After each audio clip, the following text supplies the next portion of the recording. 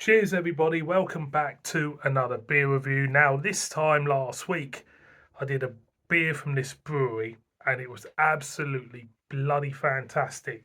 So, I'm looking forward to this. We're off to Greece again with this one. We're off to Seven Island Brewery and they've collabed with Mason Aleworks, who are based in California. And we have a can. Just the name of this beer makes me laugh. We have a can of their Skull Smasher. There you go. Clocking in. There you go. Skull Smasher. You could have. That's a beer. Skull Smasher. This sounds terrible. It's a terrible name for. I'm sorry. It is. It's a terrible name for a beer. Skull Smasher is the name of a cheap super lager you get from your corner shop for about 125. Skull Smasher. And it's clocking at 8% ABV when it would be a, you know, 4 or 5% called Skull Smasher. So this is a double dry hopped New England double IPA with Citra, Simcoe, and Mosaic. The one I did last week was a double dry hopped New England IPA. It's up there. I don't want to take it out because it'll just fall. Everything will fall out. So I'll just leave it at that. But it was different. It was a different one. There you go. And as you can see, it's got a dark, menacing lion on the label. It's a little bit dark, that, isn't it? Yeah, a little bit dark. So, what can I tell you else? Anything else about this? No, not really. I just wanted to look where Mason Aleworks are based, and they're based in San Marcos, California, which is near San Diego, apparently. Obviously, San Diego is home to Stone, if I remember rightly. So this was purchased from this place in Coxo. Go there, have a cup of coffee, tell them I sent you, and everything. Smashing lads, smashing place. It's just cracking, really. Let's get a whiff. Oh my word!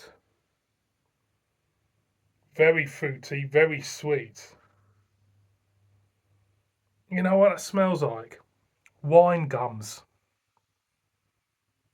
It smells like putting your nose in a bag of wine gums. Now, I said this on the last one was like lemon sherbet on the nose. This is like wine gums, but it just feels like you're just chewing them. So let's put the old skull smasher in. God, why couldn't I get this? I'm sorry, that's a terrible name for a beer. It's it's a terrible name. Right, it's pouring with a slight green tinge to it.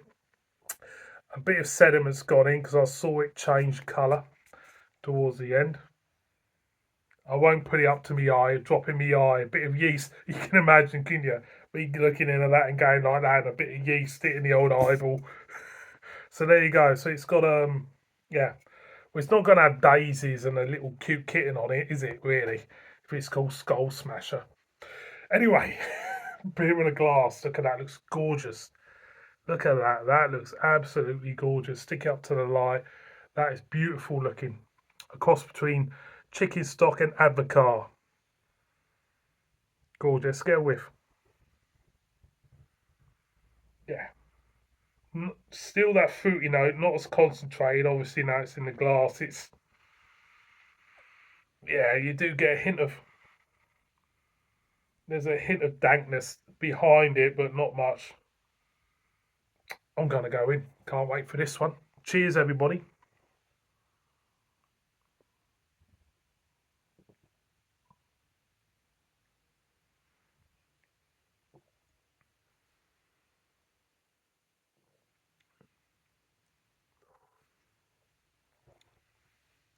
Going again.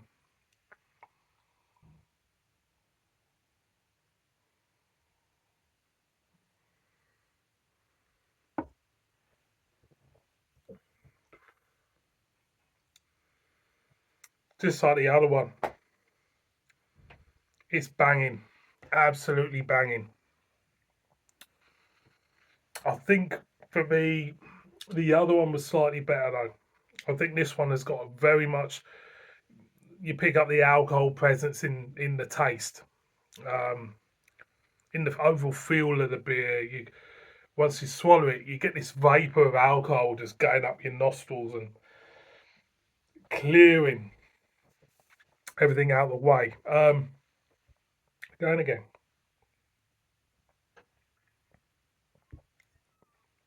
Mouthfeel is smooth.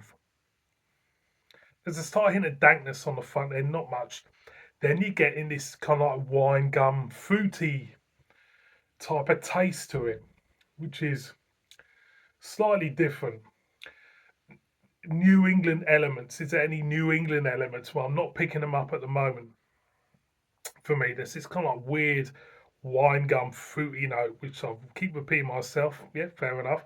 Keep repeating myself. It's there. It's just hanging about.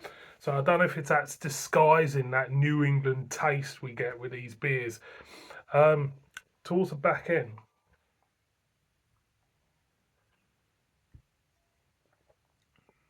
towards the back end, it's still just as fruity, you know. It's like dark fruits, oranges, plum, hint of lemon bitterness, not much. But you do feel the strength. It's there. It's in the vapor you get from the back end, and that you can feel it going down. It's really really nice. It is. It's really really nice. Yeah, it's like fruits of the forest type of feel to this beer. Berryness there. There's a real berryness feel to this beer. Unusual for me. Um, but it works. It really does. Well crafted, well put together. I'd like to know who had what input in the production of this beer. You know, between the two breweries, it'll be interesting whether or not Mason Aleworks just sent their yeast over. I'm not too sure, but it's a great tasting beer. But the name of it is terrible. The name is terrible, but it's a great tasting beer. So they've gone all to this effort in doing a great label, if not a little bit dark, you know, and you know, well brewed it so well and everything. Then call it Skull Smasher. I mean, I can't get over that. It's got to like Skull would use that Skull Masher or Skull Smasher. You know what I mean? Talk about Skull. Talk about this beer. Two different places. But apart from the terrible name of it, it's a really well crafted beer. Is it worth the money? It is worth the money. It feels special. It's brewed special. It is slightly different. It does stand out with all this berryness and fruits of the forestness about it. I'm going again.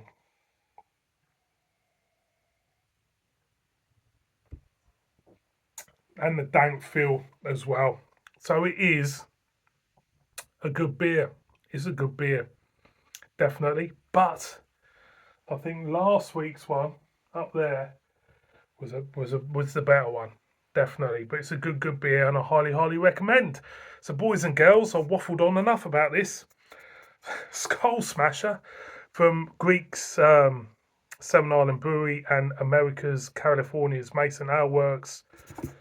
Thumbs up for me. Check it out. Check out the websites. Check out both breweries online. Check out Lamplight, Coxo. Oh, got a win now. See you on my next one. Bib bib.